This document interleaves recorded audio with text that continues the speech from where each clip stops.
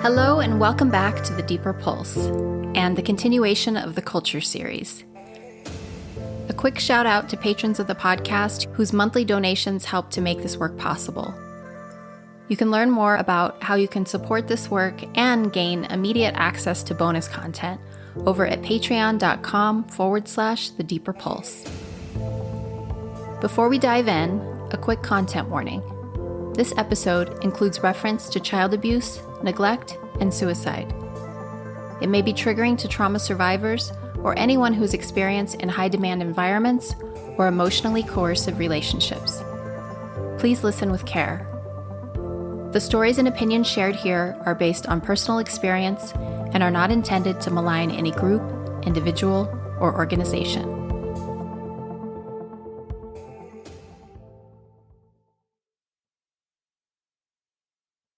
I never met my paternal grandmother, Barbara.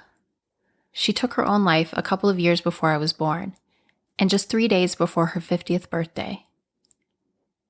It wasn't her first suicide attempt. She'd battled with addiction and depression for much of her life. Perhaps because I am nearing the age she was when she left this world, a few years ago I did a little digging, trying to unearth what was at the root of her pain. I even traveled abroad to the small island of Vis, just off the Croatian mainland in the Adriatic Sea, where my great-grandparents, her parents, had emigrated from, making the long journey to San Pedro, California, about 10 years before my grandmother's birth. While visiting the homeland, and with the help of a distant relative who was kind enough to join me as translator, I visited the registrar's office and looked on as an exceedingly patient woman spent the better part of a morning leafing through these large books that looked as though they belonged in a Harry Potter movie. The pages contained death and marriage records going back 2 centuries. We were hoping to find something, anything really, that could point to my great-grandmother's identity. In the end, we came up empty-handed. According to family lore, my great-grandmother had died when Barbara was still an infant. And as a result of this tragedy, she'd spent time in a Catholic orphanage before eventually being reunited with my great-grandfather when he remarried a few years later. I'm told she was treated as an outsider in this new family. Marginalized and misunderstood, Barbara became defiant. She got into trouble and was arrested for a series of petty crimes. And in 1937, she was sent to the Ventura School for Girls, a correctional facility and so-called reformatory school. My grandmother spent 3 years, 3 months, and 3 days within the walls of this compound before finally being released on her 18th birthday. The Ventura School for Girls was established in 1913 to house young girls who had been formerly incarcerated at the Whittier State Reformatory. In 1962, the facility was moved to Camarillo as part of the California Youth Authority, known as the CYA, and it's since become a co-ed correctional facility. According to a 2005 article published in the Berkeley Journal of Gender Law and Justice, the CYA had faced bitter criticism for decades due to ongoing allegations of physical and sexual abuse and multiple reports describing deplorable, inhumane conditions in their facilities.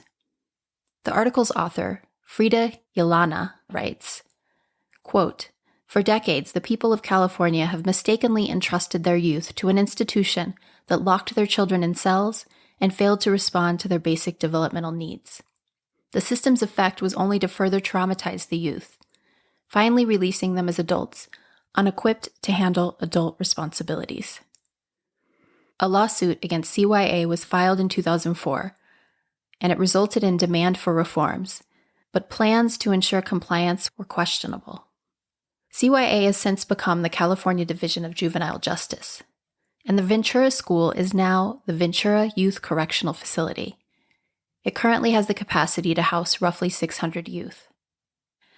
Now, while I do have many feelings on this subject, I'm not here for open debate on the many problems inherent in the juvenile justice system. That's a very necessary conversation for another day. Instead, I want to pan out a bit more and shine light on the fact that not every quote-unquote troubled teen is a danger to themselves or others. And even if and when they are, it could be that they're simply passing through a season of age-appropriate adolescent rebellion.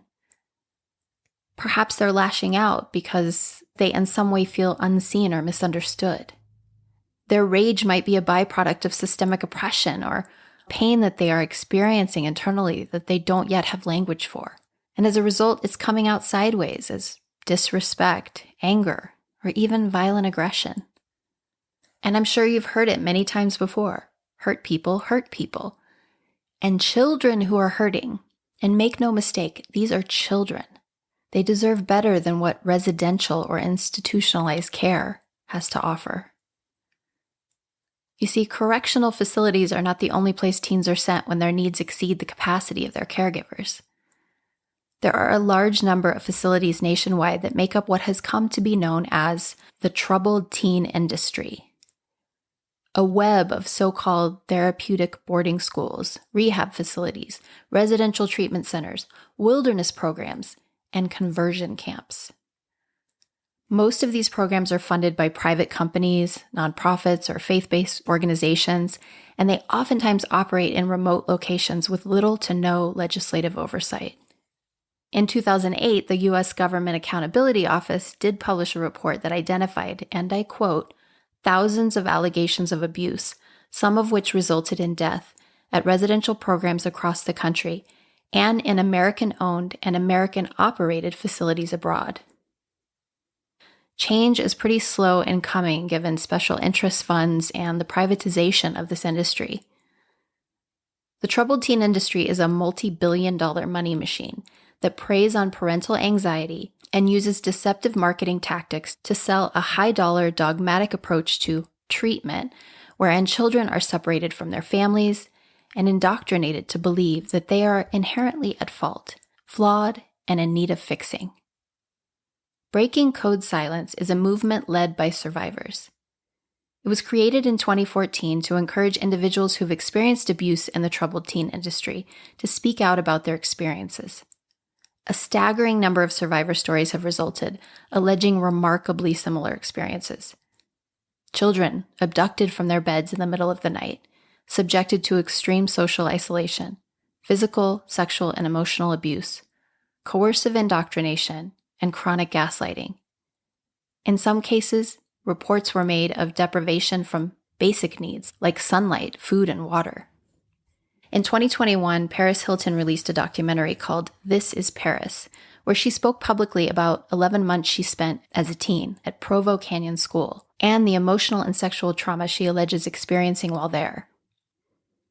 Her visibility as a social media influencer has shined a critical spotlight on the Breaking Code Silence movement, and as a result, a network of brave survivors are now speaking out. And today, you'll be hearing from one of them. In 1996, just 2 months after her 16th birthday, Lindsay Spyker awoke in the middle of the night to two strangers hovering over her bed. She was taken from her family home to a reform school facility in Verkin, Utah, where she would live on lockdown for the next 22 months of her life. Cross Creek was founded by a former Provo Canyon School faculty member by the name of Robert Litchfield, who, without so much as a degree in child psych, joined with others, including David Gilcrease, to create several of these so-called rehabilitation programs. And it's worth noting here that David Gilcrease was a primary facilitator of LifeSpring, which was known for their large group awareness trainings throughout the 80s, and was later deemed a cult after a series of court cases with charges that included involuntary servitude and wrongful death. It's also worth noting that Cross Creek's program tuition for a single child reportedly cost over $4,000 a month, almost $54,000 annually. And it was just one of a large network of centers led by Robert Litchfield and his colleagues.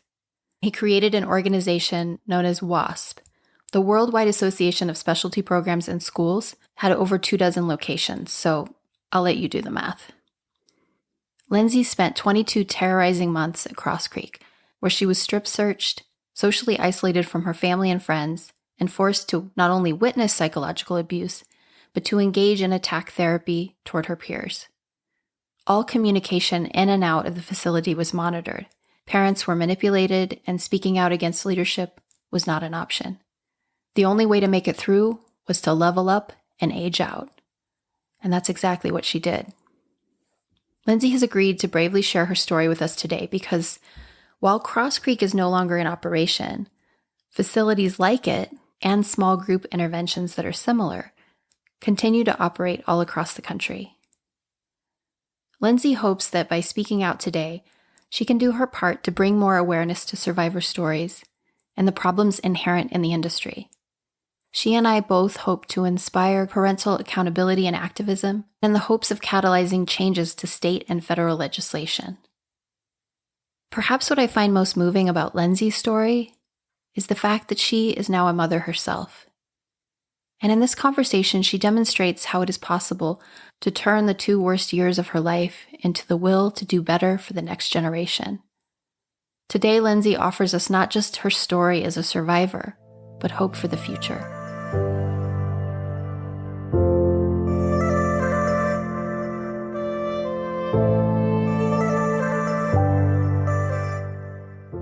Well, good morning. Good morning. So how are you feeling coming into this conversation today?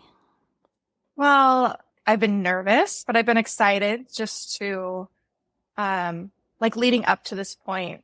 I've always had a hard time sleeping after I left there. So the last couple of days I haven't slept well just because I'm think about it and it brings up old stuff. So that's why I had said I'm ready to get it over with. Yeah. Ready to, So, because it's something you think about every day, but more, when you have something like this to, talk about it. So. Well, I'm glad that you mentioned that because I think you bring up a really important point around the sharing of these stories and why and if it's important for whom, right? So it's an edge for you to do this. It brings up stuff. It's, some might argue, is it re-traumatizing? And so I'm curious to hear from you why you wanted to do this, knowing that it would be uncomfortable. Okay. So being at Cross Creek, the program I was in, you were always put on silence. So you never were able to speak unless you were told you could. So even after leaving, I feel like I was silenced for so long. So speaking today is validating, empowering, just people who want to listen, I'll talk to. Yes. Yes. Well, I commend your courage, and I know that sort of bittersweet pill of needing to speak out and then having to wade through the discomfort of doing so. And I'm hoping that it's like it's been for me on the other side of this for you, that there's a sense of liberation. And I have a feeling that you have experienced that yourself and sharing your story in the way that you have so far as you've been coming to terms with it. And we'll get into the story in a moment. But do you want to speak to that at all? Like, how has speaking up and speaking out been of benefit to you? Well, just being heard, and when you're able to talk about it and get it out, it is healing to be able to talk about it and people listen and acknowledge and validate that these things happened and it wasn't okay that they happened. So it's empowering and liberating is a good word. That's how I felt when we did the Provo protests at one of the schools that's still open. That weekend felt very liberating to, be seen and heard and the truth come out. Yeah.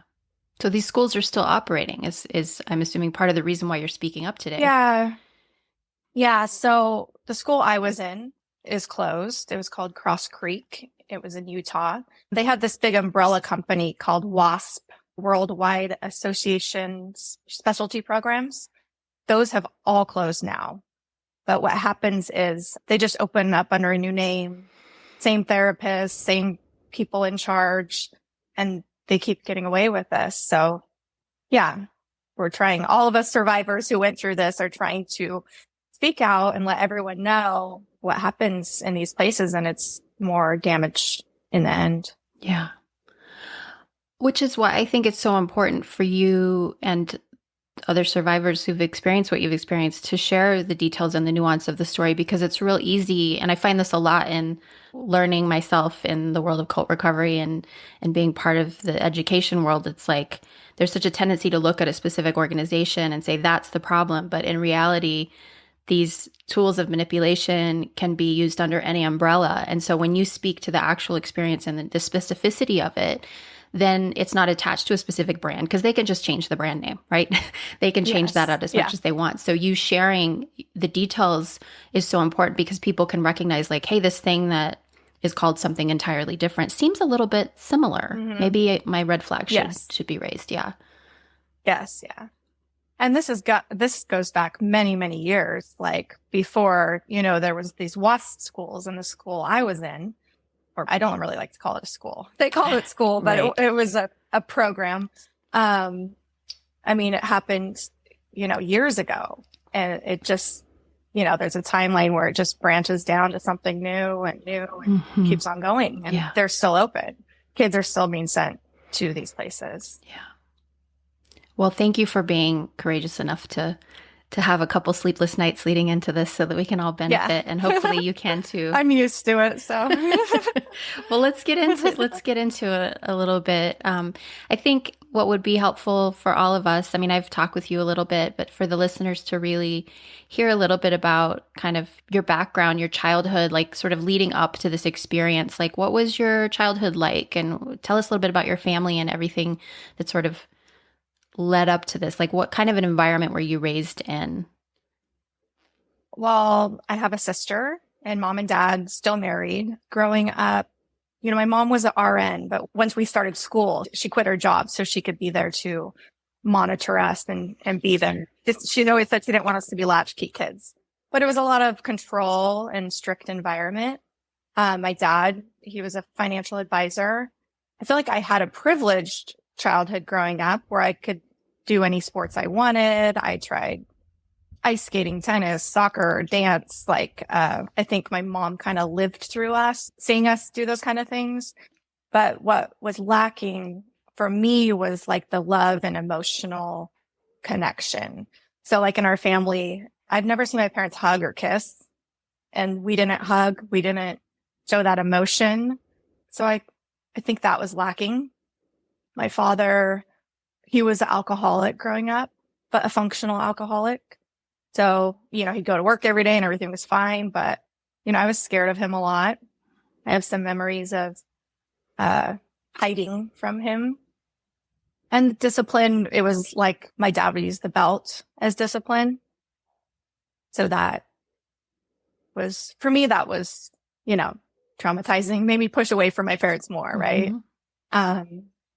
So, yeah, I think I was jealous of my friends that had, the mom they could talk to, the parent they could talk to. I didn't have that person to talk to. So I definitely pushed away for sure. Like, we go to church every Sunday. We, probably looked good on the outside, but on the inside, it just, it was hard. Did you and your sister adapt to that environment in different ways, do you think? I think, I talked to her over the weekend because I told her I was doing this. So we talked about like memories and growing up, and she felt the same way I did. I was kind of like the more free spirit in the family. So I wasn't, towards the end, my parents felt they didn't have control over me. And that's what they were scared of, is losing that control they had over me. So was it this dynamic that you're describing? How did that snowball to the point where your parents felt like they needed outside support with you? Like, can you tell us a little bit about the circumstances that led up to you having the experience that you had? Yeah. So, my parents put me in different therapy growing up. A lot of it was because my dad decided to quit drinking. So we had to start seeing his therapist too, with him. And I just pushed away more and more. I definitely had a chip on my shoulder. I would describe it. But I felt alone. I felt like I didn't want to go talk to a therapist. I wanted to talk to someone I knew, or family, or Yeah, I was very active in my high school. I played varsity soccer. I was on an Olympic development team for the state of Oregon. So I was really involved in sports, but I started skipping school. I had an older boyfriend at the time that my parents didn't approve of. And I mean, I was grounded a lot. I remember that. Grounded and isolated at home. But I remember they were going to switch me schools. We went and checked out a alternative school and a private school. And I just said, I'm not going to change schools. Like this is my friend group. I have soccer. I wanted to play in college. And so I remember my dad saying, well, we'll just send you away. And I remember saying, do it. And so he said he did, and then he told me that later, you said to do it. So. When you said that to him, I mean, and part of me is wanting to, and I know you and I both kind of want to get into it a little bit, like how to do this differently, right? With teens. When he said, I will just send you away, and you said, do it. It sounds like you were feeling really misunderstood and not seen and heard in your family. I don't want to speak for you, but that's kind of what I'm hearing. Am I right? No, that's definitely true. Yeah. Yeah. So when somebody says to you, I'll send you somewhere else. I mean, I was kind of like, it might be better than here. Right. Yeah, exactly. Turns out not so much, but I guess it would have depended on what choice they made, right? Yeah. Yeah. So I think that's really just important to underscore for a moment. Like when there's that pushback from the child saying like, I don't feel like I fit here anyway. That's important information just for us to pay attention to, and how we respond to that.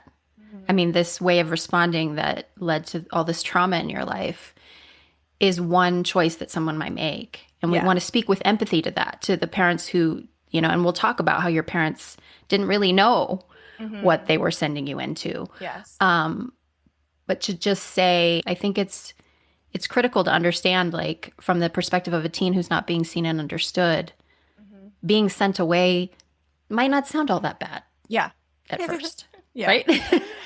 Definitely. Yeah. So your parents are sending you to therapy. They're trying, to get through to you in the way that they can, but they're not really able to meet you emotionally. Yeah. Psychologically. Well, and they kept sending me to these therapists, like fix my kid. My mom wasn't in therapy. It was a whole family dynamic. My dad was, because he was working on not drinking anymore. But, it was, for me, it felt like, fix my kid. Something's wrong with her. It's not us, it's her. So eventually sending me away to Utah felt the same as well. Yes.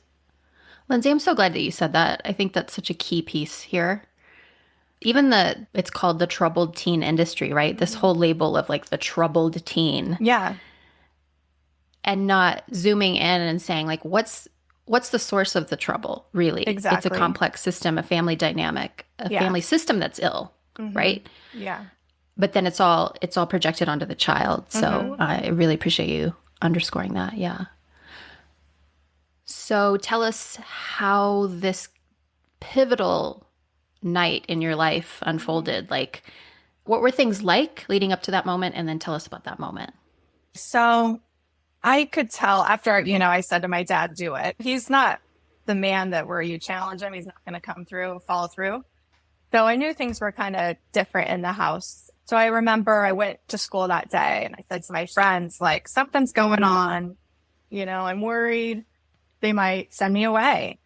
And so I remember ditching school that day, going to my friends and just like trying to figure out what I was going to do, like run away or, something's going to happen. I had that feeling.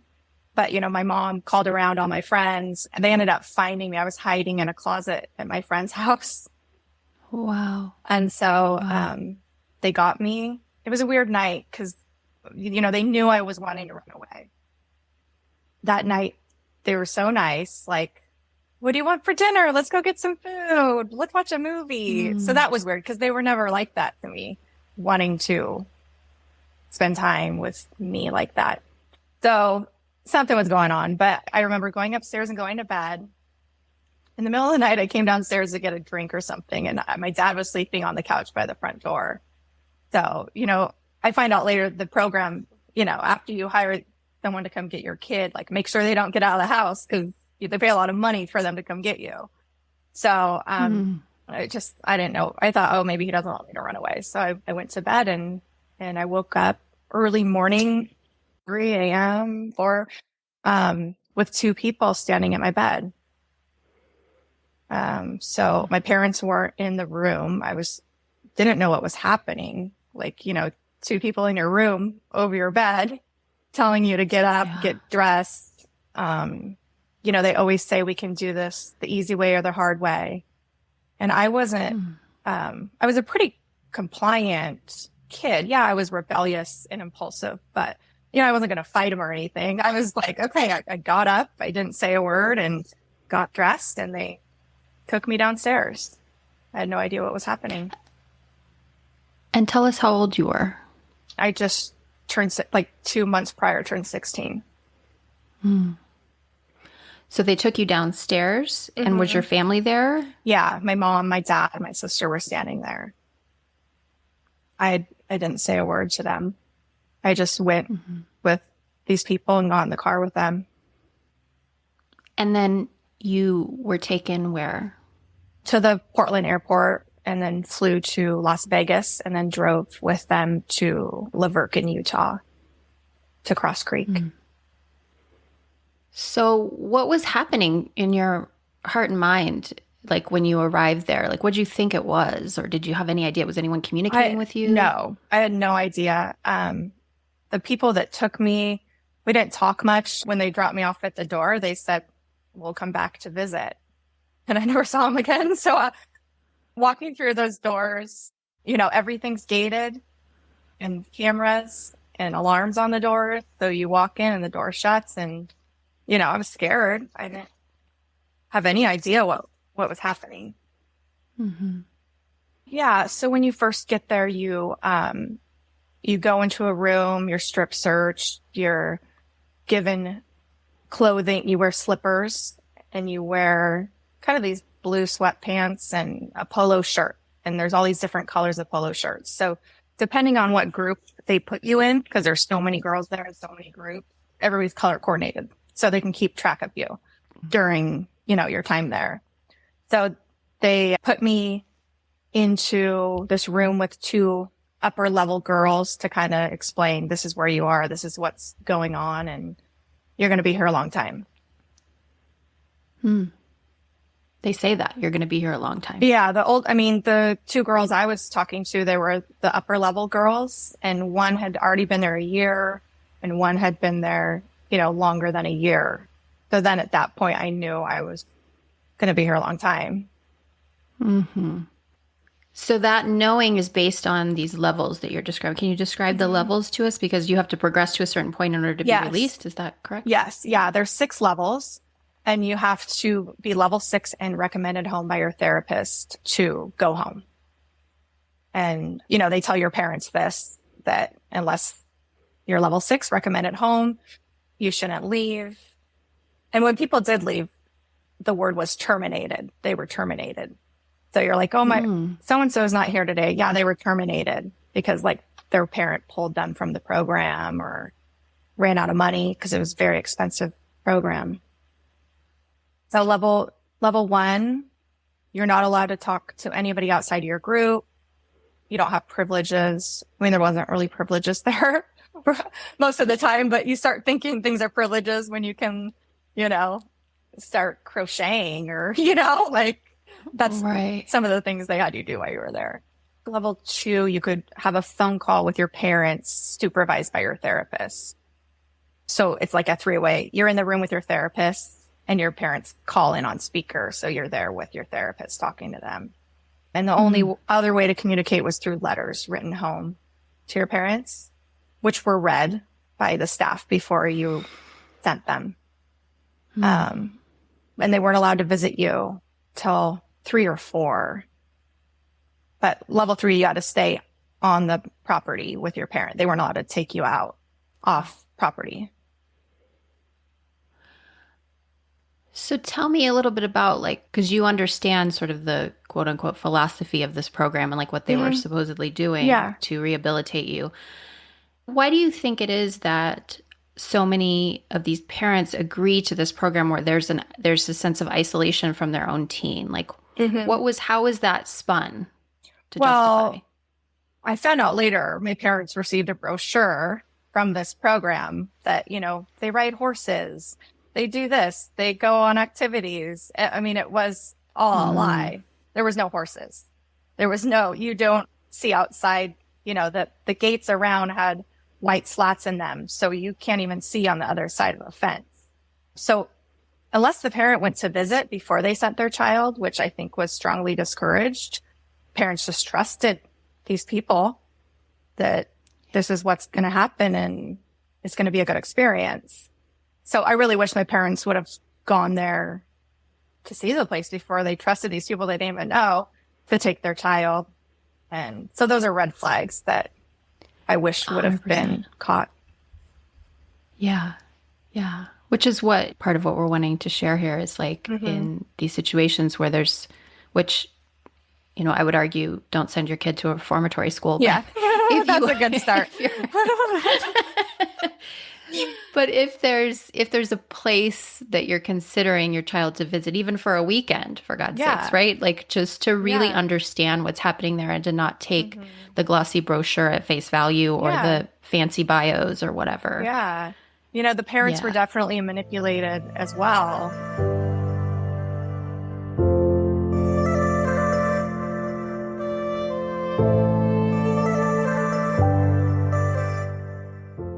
There's the isolation from your family. And then what was the dynamic like with your peers? Like, was there a sense of support there or?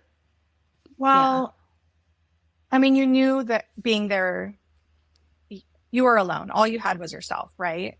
You had other girls that, were friends, but they didn't want you to get too close as friends. Like if you had someone you got really close to, then they would move you to a different group. So, I mean, I call all the survivors I was there with my friends because no one knows, unless you were there, what you went through, and they understand. Yeah. But they definitely, they didn't want you to get too close to people. You couldn't trust other people because they wanted to move up in their program too. So, I remember telling one of my friends, I didn't like one of the therapists. I had like 5 different therapists while I was there. And one of them I just wasn't fond of. And, my good friend went and told her I had said these things about her. So, you lose trust like that, because then she looked good. She could probably move up because she did that. But I was put on silence for a month. I couldn't talk to anybody. So you had a vow of silence essentially for a month? That was normal. Yeah. For a month, I couldn't communicate or talk to anyone. Were you placed in isolation during that time? Not during that time, no. But at other times? Yes. I mean, girls went in isolation all the time, like physically restrained, drugged down the hall into isolation. Wow. So you're going to, and I'm going to put quotes around this word, therapy, because it sounds like what you experienced was a little questionable in terms of that. Yes. And these seminars that are progressing you through these supposed levels along this hierarchy that will eventually set you free if you become compliant enough, it sounds like. Yes. Tell us a little bit about therapy or seminars. Like what was that like? What happened in those experiences? So we'll start with therapy. So you had group therapy Monday through Friday, sometimes Saturday, but usually just Monday through Friday. My first time in group therapy. So, the new person always has to get up.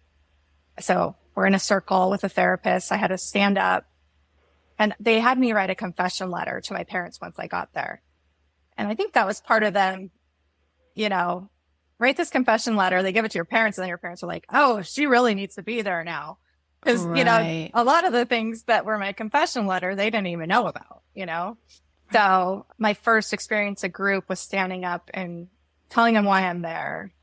And they had this, thing. They ask you, are you open to feedback? You always have to say yes. You can never not be open. And that's when one by one, each girl would come to your face, nose to nose and just pretty much tell you how awful of a person you are. Mm. And, they do that because, they just break you down. They get you in your most vulnerable state where they ask you why you're there. And I brought up growing up and alcoholism in my family. And then they're saying, oh, well, you're being a victim. Mm-hmm. You're a victim. You can't keep saying that. I'm like, well, stop asking me what happened in my past. Right. And so it was just, I was for 22 months alert of what might happen the next day, who's going to get called out in group, there was tons of verbal, emotional, and mental abuse. And then you were expected to do the same to your peers, tell them how awful they were. And so there's a lot of guilt in that. Yeah. And how can you foster friendships when that's the structure? I mean, it feels sort they of didn't want purposeful you in that way. Yeah. They didn't want you to have friends. You couldn't hug, you couldn't touch. It was just you. It was you on your own. Yeah. Trying to make it through. Yeah. Mm-hmm. So you're going through this program, you're experiencing trauma upon trauma, I would argue, just being in this space, witnessing abuse, being abused yourself, being isolated, all the things. Are you also experiencing a sense of being indoctrinated into what they're teaching you, or are you feeling that rebel spirit the whole time? What's going on with that? Yeah. So that rebel spirit went away for sure. I felt like I always kept a piece of me inside. I kept telling myself, you can't let yourself go completely. And one thing that, all the girls would always say, fake it till you make it. That's how you get out of here. You just got to fake it. You got to follow this stuff. And some point in following it and listening to it every single day while you're isolated, you start believing it. You start being programmed. The seminars were probably the hardest for most everybody there. What happened in those seminars? Because it was about intimidation. And, these seminars were based off the LifeSpring program and seminars they used to have. So one of the people that was involved in that formed these specific seminars and was hired by the WASP programs to have these at all their schools. So you knew if you didn't make it through these seminars, you weren't. And they'd kick you out of seminars. So I was kicked out of one. And then you had to wait another month to go through it again. So there's so much fear going in. And you have to take a vow in there too that you won't tell anybody what happens in these seminars. You can never talk to anybody about these seminars, even with the girls in the school. But it was, that's where I felt like most of the brainwashing happened and where I started losing myself as a person. Well, I still see it, it comes up today. There's not a day I don't think about being there. Some days are worse, but just words that come out of my mouth. Sometimes I'm like, oh, that's program talk. And it just reminds me of some of that stuff still there. So. Yeah. Would you be comfortable giving us a couple of examples of either what happened in the seminar or that kind of how you feel you were programmed? Well, so in the seminar, the first one's discovery, and then the second one's called focus. The third one, accountability, and then keys to success. So it goes. They sound so benign. Yeah. None of that happened.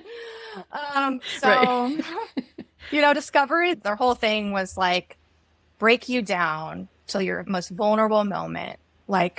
Stand up in front of this room full of, probably 60 or 80 girls and tell them your deepest, darkest secret.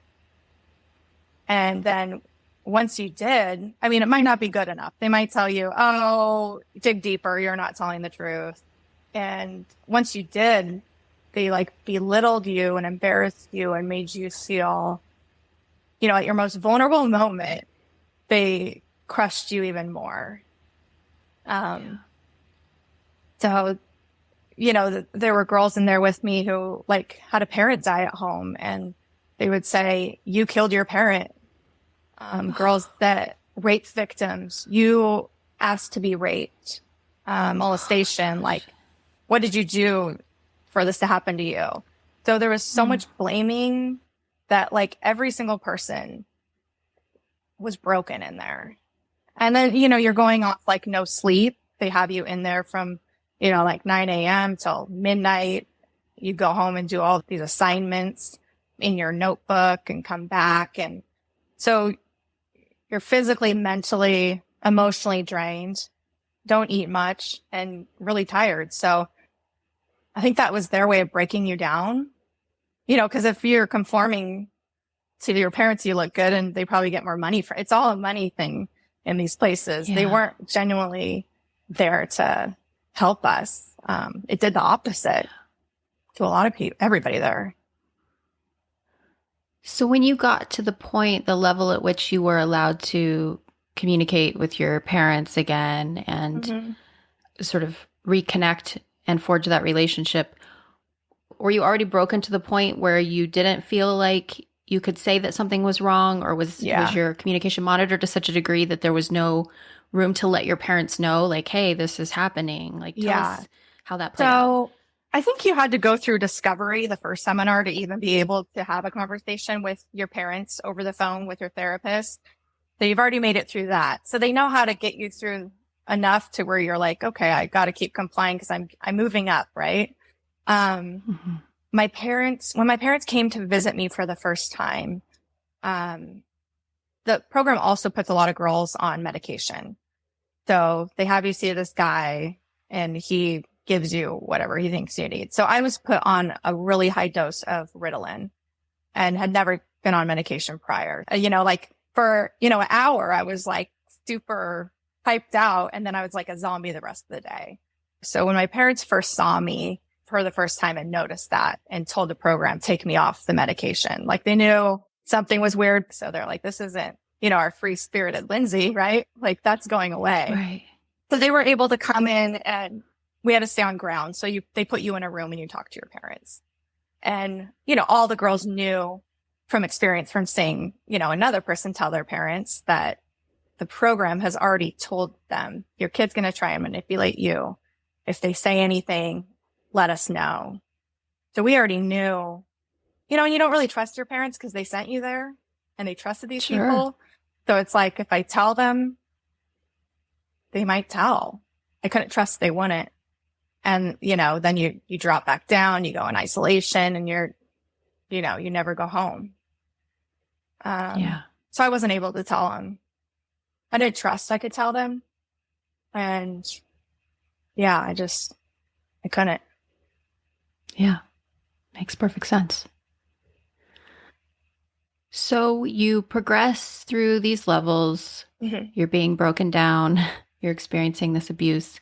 And you get to a certain point where maybe, was it like about a year or more in when did you go home for a home visit? And there was some sort of moment where you kind of almost escaped the situation. Yes. So I made it to level 5. So I was able to get a home pass. So I flew home. And actually, when I was gone, one of my best friends from high school had passed away and I wasn't able to come home to her funeral. And so my mom let me go with her supervision, see my friend's sister and talk to her. Like she had her ashes and I just wanted to connect. And so I went and met with her. And at that point, I had somehow arranged with her, like, I really want to see some of my old friends, which were considered for the program. They're like non-working friends. You're a working person or a non-working. So we weren't allowed to communicate with non-working people. So those were old friends, right? So, I snuck out that night and I met with my old friends and I was just telling them. So at this point I was 17, had been there about a year and was telling them, like, I can't go back to this place. Like when you're isolated, you follow, you comply. But in the outside world, you're like, maybe this isn't right. What's happening? Like you kind of get it. And that's why they wanted you isolated. Mm-hmm. So, I tried to convince my friends. They're still in high school. So, junior year, I tried to convince them, just hide me for a year. Like, after I turn 18, I won't go back. They can't send me back. But at any moment I could go back and then you drop, and because they would drop you because they make more money. Like, you have to start over. Oh, your kid needs to be here another year. So I was really scared of that happening. And then, my friends were like, Lindsay, we can't like hide you for a year. And so I ended up going back in the house and was like, okay, I can do it. I can get to level 6, soon in a couple of months and come home. But then once I got back to the program, my parents had found out, all my friends went to school, like, we saw Lindsay today. Like, we haven't seen her in a year. And they had found out. And that's when I was confronted on a phone call with my therapist and my parents. And then that's when I dropped from 5 to 1 to isolation room to what they called staff buddy. And I was on staff buddy for about a month, where you just sit crisscross, applesauce, look at the wall, and you can't make eye contact with anyone. And slept in the hallway with staff monitoring you. You're always monitored. You're monitored during showers. You were monitored, at night. I think a lot of my sleeping problems are at night because, a lot of people would harm themselves there, attempt suicide. Everybody was in mental crisis mode. And so you had night watch come in every 30 minutes, flashlight in your face, make sure, you hadn't ran, you're still alive. So I think that's why I have a hard time sleeping at night. I wake up to like everything. And, so, part of the isolation I didn't mention about there is the building we were in had no windows. We lived in a basement with all the classrooms were down there, therapy rooms, isolation room at the end of the hall, and alarms on the doors. So you couldn't see daylight. You'd go out for like, a 30-minute, where you just sit in the other area outside that was, you couldn't see out over the fence, but that was part of the isolation too. And, my parents didn't know that. They didn't know we were in a place with no windows and no access to outside world. They thought we were riding horses. Wow. It's sort of marveling at how, even if a parent comes on a visit, that they're able to create the appearance of a certain kind of environment. Yeah. When there's what's actually going on. Well, they would also threaten us, like, there's a parent coming, you need to, and then they'd have the upper levels talk to those parents. They would never let a lower level talk to the parents because they weren't really brainwashed yet. So they could tell them, what was going on. It was all manipulated. So how did you eventually, did you age out or did you level up? What happened?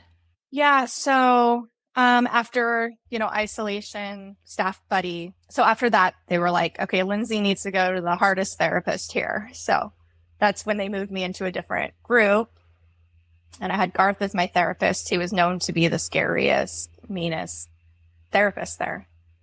So I was moved into his group and started my way back up to 6.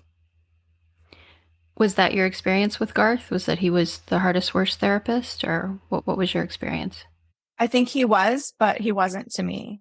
I would see how he was to everyone else. And he was a, intimidating guy, but and I always feel bad saying this because I saw him do so many things to other girls there and, girls crying and being torn apart by him. But he never did that to me. It was weird. I felt like he was like my one person to help me get through this, which is so weird to say. Because he knew what was going on. He knew, and still worked there. Did you feel like you could be yourself with him? Yeah. I still had to be program talk, but he would like take me out and go get soda and like, you never leave the premises of the program, like take me on drives and stuff like that. And he really actually listened to things I wanted to talk about. And I feel so weird saying that because it's like not right. None of it's right. But it was like my lifeline, I think. Well, the bar was pretty low at that point. Yeah. My dear. Yeah. Gosh. That's true. I mean, yeah, I mean, just have someone even hold eye contact and really see you for a half a second probably felt pretty Yeah. outstanding. And in these environments, every environment, there's usually something positive that we can cling to. I mean, that's how people survive Yeah. in situations like this, right? Yeah. So, and I understand like the feelings of like, is it okay to name those things when I'm condemning something and I'm saying this Yeah. part though actually was helpful to me, and I think we need to make room for that Yeah.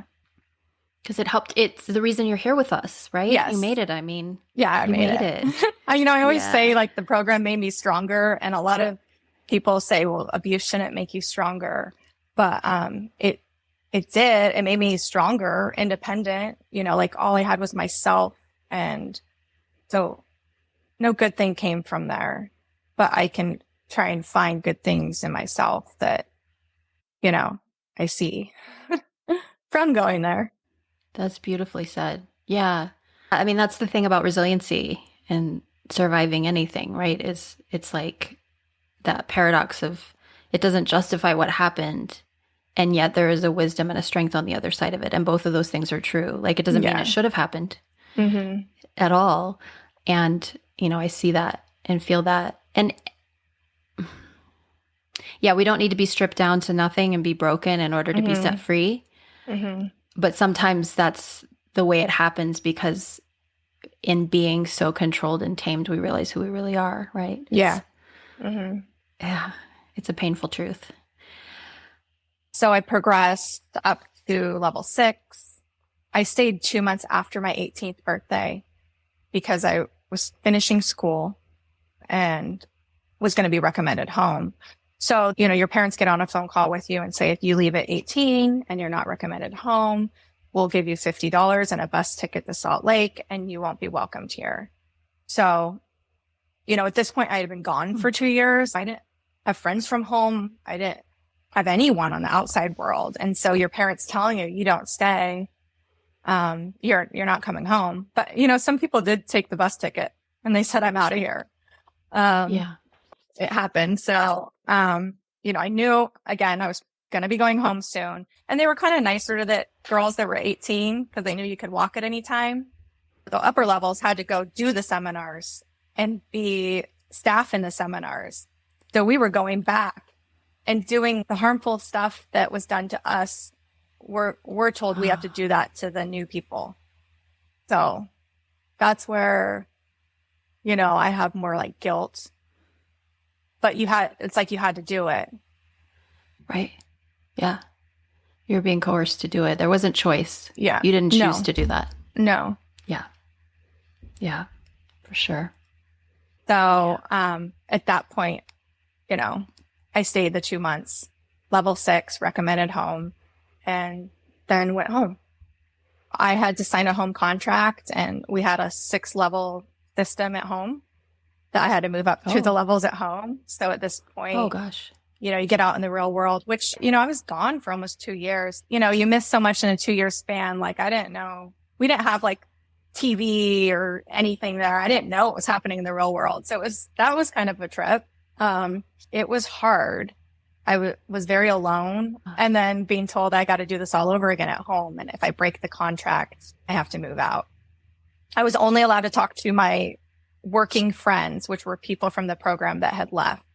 So we would talk like through email and phone calls. And I was still talking to Garth after I left. And my mom and dad and I actually flew to visit him. And that's when he showed us his new house and took me down to the basement and showed me, this could be your room. You can come live here, which, was odd. I'll say. Yeah, my parents now think that's very odd because they, at the time didn't. But I think he just saw the environment I was in and just didn't think it was. I think he could tell I was slipping and this wasn't going to work out. Like, I wasn't going to be this working person how I was supposed to be. So I came home after that. I stayed for a couple months. I can't remember how long. And I just decided I couldn't do it anymore. I just wanted freedom. And I still had that piece of me inside, that was me. And I just Yeah. said, I got to move out. I can't do this. Good for you. Yeah. And everybody cut contact with me after that. Your family and your friends? Yeah. All the working program people, everyone, like, you're non-working now. So. Okay. Yeah, that sounds familiar. Yeah. So was your relationship with your family, like, was it severed as well, or you maintained contact with them? Yeah. At that point, I tried to tell them what had happened there. And they didn't want to listen. It was like, they saved your life. You wouldn't be here today if you didn't go there. So, I was silenced then too. Like, they didn't want to hear it. No one wanted to hear it.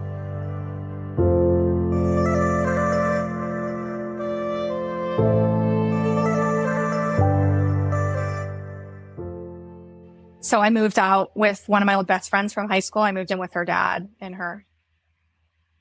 How was it adjusting to, so now you've left the school and then you've left your home where there's reinforcing this indoctrination, yet you're still carrying it inside of you. Like, Yeah. What was that like? Well, I felt very robotic. I remember my sister trying to talk to me and, like, she's like, you're weird. I didn't know how to be. I had this part of me that I had been for 2 years, the robotic brainwashing, part. And then, like, the old me that wanted to come out. I couldn't relate. I had my old friends, but no one could understand what had happened. And they didn't want to, like, I tell them some things, but, never really get into it because it's weird, right? Like, it's weird stuff. So I felt alone. Yeah. And I would imagine, given the experience that you had, like, how therapy, like, helpers were actually the ones who were abusing and harming you. Like, where do you turn? I mean, did you have kind of an aversion to, like, finding support? Were you gun shy around that? I imagine I would have been if I were you. Oh, yeah. Like, I've never seen a therapist since. To this day. Leaving. Yeah. Wow. Yeah. Yeah. That's a huge and deep wound around being able to trust people who are, have been assigned to support you. Yeah, I could definitely understand that. Yeah.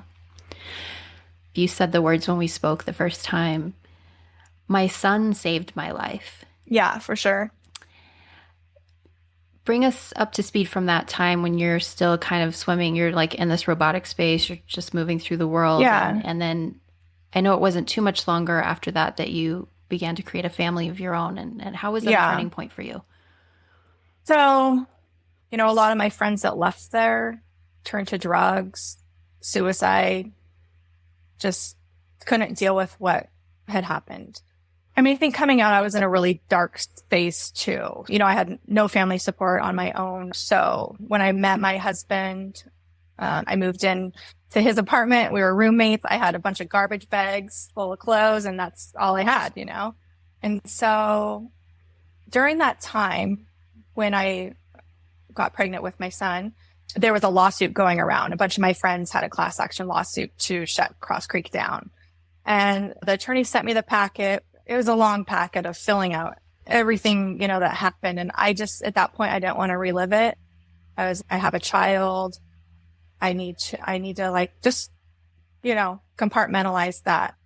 Cause I just wanted to be the best I could be, like, as a mom.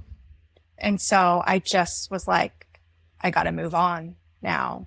And, having my son help me and my husband, like, just be able to move forward. Like, all the stuff did happen in the past. I acknowledge it happened, but I myself needed to move forward or else it wasn't going to be a good situation. Yeah. Yeah. And I just want to pause here and really underscore that moment and, like, how often recovery, it isn't about jumping into the deep end. It isn't about reliving and rehashing the story. Sometimes it's just about surviving it. Yeah. For a time. And, like you say, when you don't trust resources in terms of therapy or something that might support you, like trauma-informed therapy, then the things that are lifelines for us, things like motherhood, things like looking toward the future, things like, being in your body and creating a life, I can see how profound that would be. And you say that he saved your life in the sense that you feel like he was the thing that kept you from going deeper into the darkness? Yeah, moving forward. Yeah, not letting myself go there and just like, this is what I need to do now, take care of my child and move forward. And, I am a loving person, like letting that come out instead of being broken. How did this experience that you had impact the way that you mothered? So, I knew I wanted to do the opposite. I think all parents try to do their best, but I wanted to do the opposite of what I had growing up. I wanted to be open with my children and communicate. They could come talk to me about anything. And that, happened. Like, I'm so close with my son and daughter.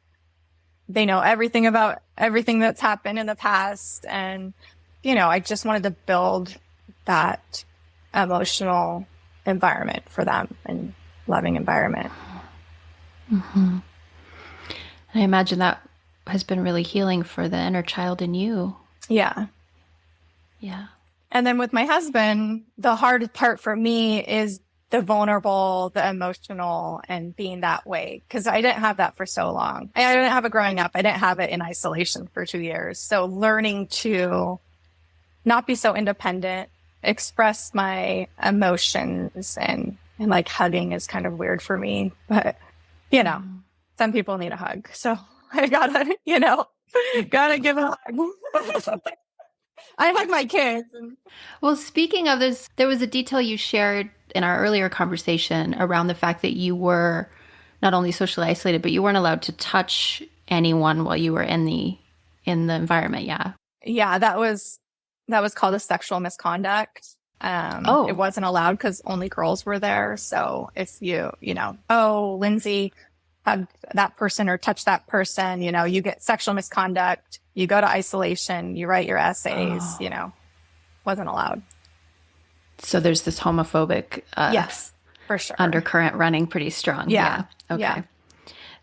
So you grow up in a home where there's not a lot of physical affection, if any, and then you go to this school where it's literally you're shamed for even having any needs around that. So I could imagine adjusting in relationships in your family has been a process. Yeah, something I try and work on every day. Like, have to acknowledge, okay. Yeah. So there was a turning point, though, it sounds like in your story, where you were ready to start sharing your story. Was that when the Breaking Code Silence movement started? Is that what instigated it for you?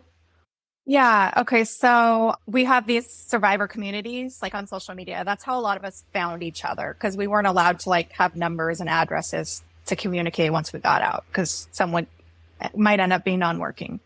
So first, Paris Hilton came out and spoke. Well, she had her YouTube video that came out, which kind of surfaced some of the things that happened there. She wasn't at the one I was at, but similar. So then there was a protest, a rally that was scheduled outside of Provo Canyon School in Utah.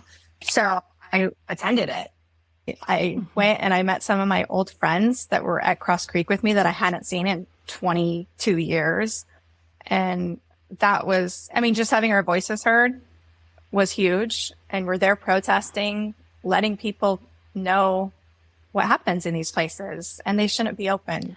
So after I did that, that's when my parents never acknowledged what I had to say about what happened. But once Paris Hilton did, they were like, oh, maybe Lindsay's not lying. All these survivors, thousands of survivors telling their stories. Maybe she was telling the truth when she got home.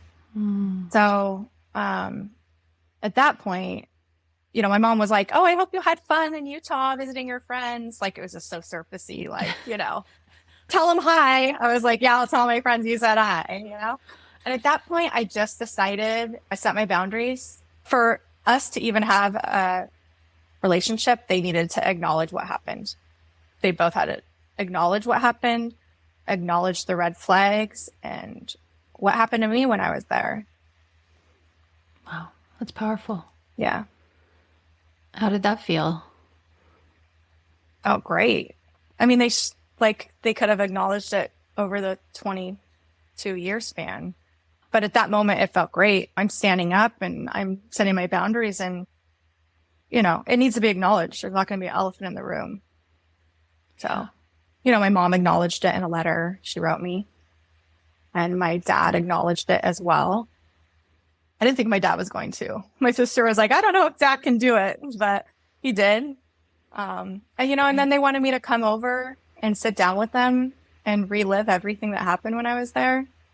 And I said, no, too late for that. Like, it's not to help me by going and sitting and telling these things. It's like for them. So I didn't. Good for you. Yeah. I mean, that's so key, right? This story is your story. Mm-hmm. It's your story in terms of when and where to share it. And also, like, what is this in service to? Yeah. Really? And who like benefits. Right. And making them feel whatever. Like it's their process to have. Like you've had yours. It's their process to have, and it's not your responsibility. Yeah. I felt I didn't need to go like relive the trauma all over again. Yeah. Because I tried so many years to tell them. And I mean, my parents and I, like, we text, we have the relationship that I want. I can be cordial, and I'm also forgiving. I don't forget what happened and the choices they made. I can forgive. They didn't know. There's a lot of manipulation from the program. So. Yeah. Well, and when it comes to anything, and particularly healing, right, that really our ability to stay out of resentment is all about boundaries, expressing those boundaries. Yeah. So good for you. Yeah.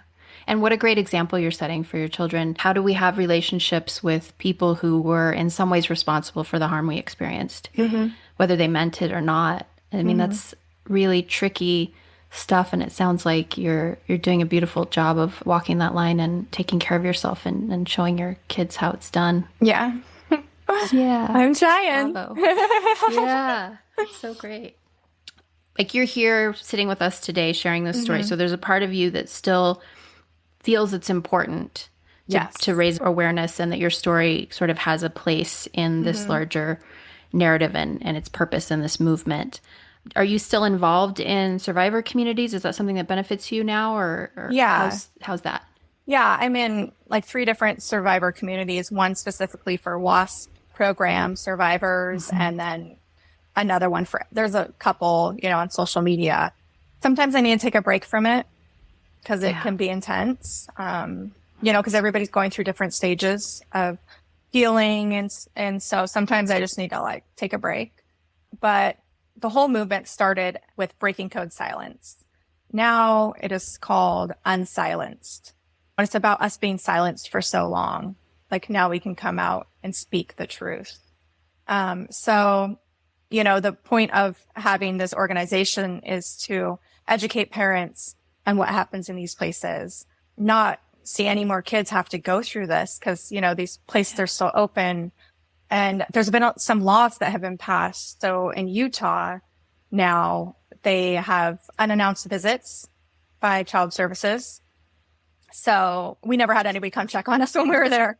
So that's huge. Yeah. They're supposed to be allowed communication with their parents alone. These are some new bills that just passed last year. They're working on some federal legislation as well. And I wrote a couple statements for Oregon for Senator Sarah Gelser. She's a huge advocate in fighting for, the abuse that a lot of kids have been going through. And so that was to stop people being kidnapped in Oregon and sent to another state. So these places are still operating. What are your thoughts around these types of situations, like where a child is removed from the home and sent away? As somebody who's been in, granted, a really abusive example of this, like what do you think about it in general, like sending your child away to some sort of place that's supposedly going to rehabilitate them? Is it something you believe in? No, I think it's the worst thing you could do to your child. Yeah. Yeah. Like in the long run, it's the worst thing. Mm-hmm. And I can see, the listeners can't see you. Like I can see the emotion on your face as you say that. And it's moving me almost to tears, because part of the reason I wanted to have you on, aside from the obvious of us wanting to raise awareness around this, is I think it's really important for any parent to listen to a conversation like this, to really understand, like, I have a lot of empathy for the desperation that a parent might feel if their child is in crisis. Mm-hmm. And to say that this particular choice to separate the child from the family, even if they're going to a supposedly constructive environment, mm-hmm. leaves a lasting mark on the child, and that there are so many other ways. Like, what do you wish had happened? Aside from, your parents being emotionally available in certain ways. Let's say that they are the same people that they are, mm-hmm. and they were in this moment at this like sort of crossroads with you. Mm-hmm. What do you think would have helped you? Well, I think I wish in those times when I was acting out and struggling, I wish they could kind of put their stuff aside and just have a real, genuine, loving conversation with me and see how they could help me, instead of their solution, like, we're going to fix you here, we're going to fix you here, like sending me all these places to get fixed. So I felt like, you were broken. Yeah. Yeah. Yeah. So the communication was huge. Yeah. I would never send my child to any of these places. So I don't understand the state of mind of where they were at with. I think it was like, we send her away, the headache's gone, you know what I mean? We can control what she's doing, and it was just easier for them. Well, and when we have a core belief, which I think is part of the, epidemic of cult dynamics in this country and the world in many ways, is when we have this belief that to comply and to be controllable, like that people have to meet that sort of mark in order to belong or to be mm-hmm. loved. Mm-hmm. Right? So if the whole structure upon which they're operating is you're out of control, and that's a problem, that really being able to sit down with you and have a conversation around, like, that sees under that, right? That's like, it's not about control. Yeah. It's like, why are you uncontrollable? Because you're attempting to communicate something, mm-hmm. right? Mm-hmm. If they were curious to hear. So, and we share all this not to pick on your parents at all, but just to say this is really common. Yeah. It's funny, as we're talking about this, your cat is like, I know, I can hear her getting into trouble behind you. Troubled teen cat. Like getting ready to knock a bowl off of the, it's like, how do we respond to this, right? Like, how do we respond with compassion and also with boundary as a parent? Yeah. Yeah. And I think some parents just aren't equipped to deal with emotions, or, from their past as well. So I don't hold it against them. I'm just saying that, that's probably what I needed during that time. Yeah. Everybody wants to be the best parent or better than what they have. It's just, sometimes you just don't know how to do it, right? Of course. Yeah. Which is why education and conversations like this are so important. Like, we can't see what we can't see if we've never learned, we've never been taught what to even look for. Like, how would we know? Yeah. Like, how would we know? They did the absolute best that they could. And unfortunately, this one choice they made, and they were also manipulated. For sure.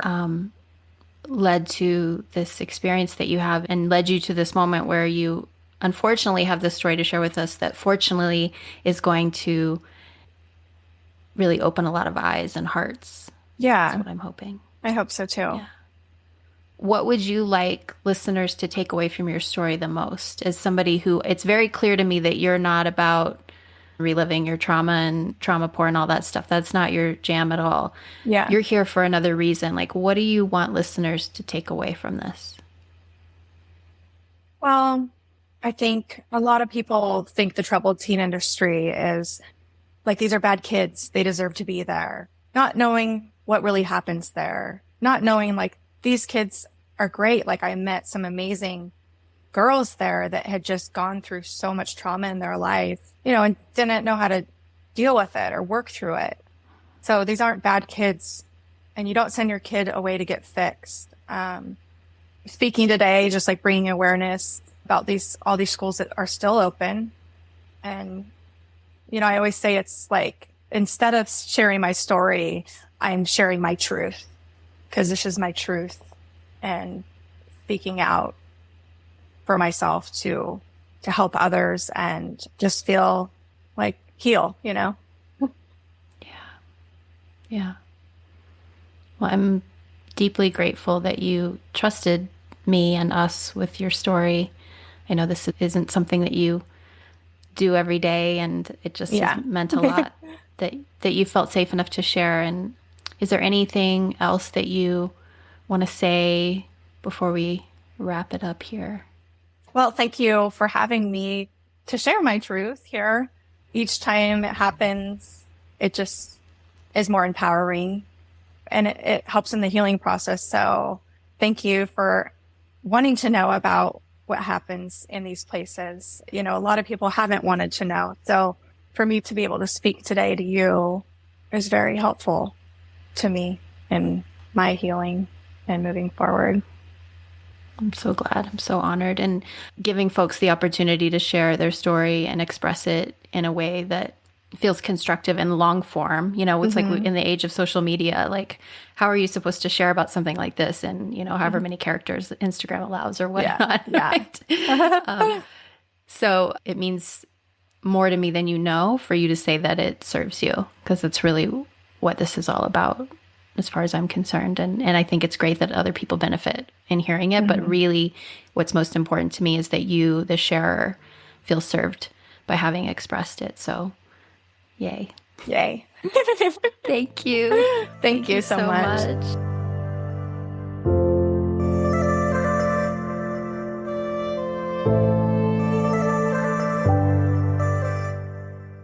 I so appreciate Lindsay's courage to share her story with all of us today, and I hope that it's at very least inspired you to reconsider this whole misnomer of the troubled teen. Labels of this sort are inherently culty because they're so short-sighted. Not only do they ignore things like neurodivergence and socially systemic variables, they pathologize natural feelings of discontent and what it is to just be human. The organic and awkward nature of adolescent development, where uniqueness is so often squelched, and therefore experimentation and rebellion run rampant. And they challenge us as adults to grow up emotionally, to stop mistaking a cry for help as a disrespectful personal attack on the hierarchy, when all it really is an age-appropriate bid for deeper, more authentic connection. And I know some of you might be saying, but you're not a parent, Candace. You don't know how difficult it is to raise a teen. And you're right, I don't. Which is why the voices of survivors and parents like Lindsay are so important. I will say this, though. I do some volunteer work in the foster system, and I've seen firsthand the impact that can be made when grown-ups learn how to set aside their egos and show up wholeheartedly for a child who is in crisis. We must stop offloading the work that is ours as adults to do onto our children. We must stay connected to them, pull them closer when they are in pain, and speak out against an industry that commodifies and in many cases only serves to exacerbate their suffering. I'm providing some links in the show notes for various advocacy groups who are seeking solutions to the troubled teen industry crisis, and I hope you'll take the time to explore them. And if you know a parent who's looking to send their teen to an outside environment for intervention, have the difficult conversation, encourage them to do their research, and make it your business to advocate for someone else's child. As always, thank you so much for listening, and I do hope you'll consider taking a moment to rate and review the podcast on your favorite streaming app. I'll be back next week with another episode in the Culture series as we continue tapping into the deeper pulse in the hopes of restoring agency, one story at a time.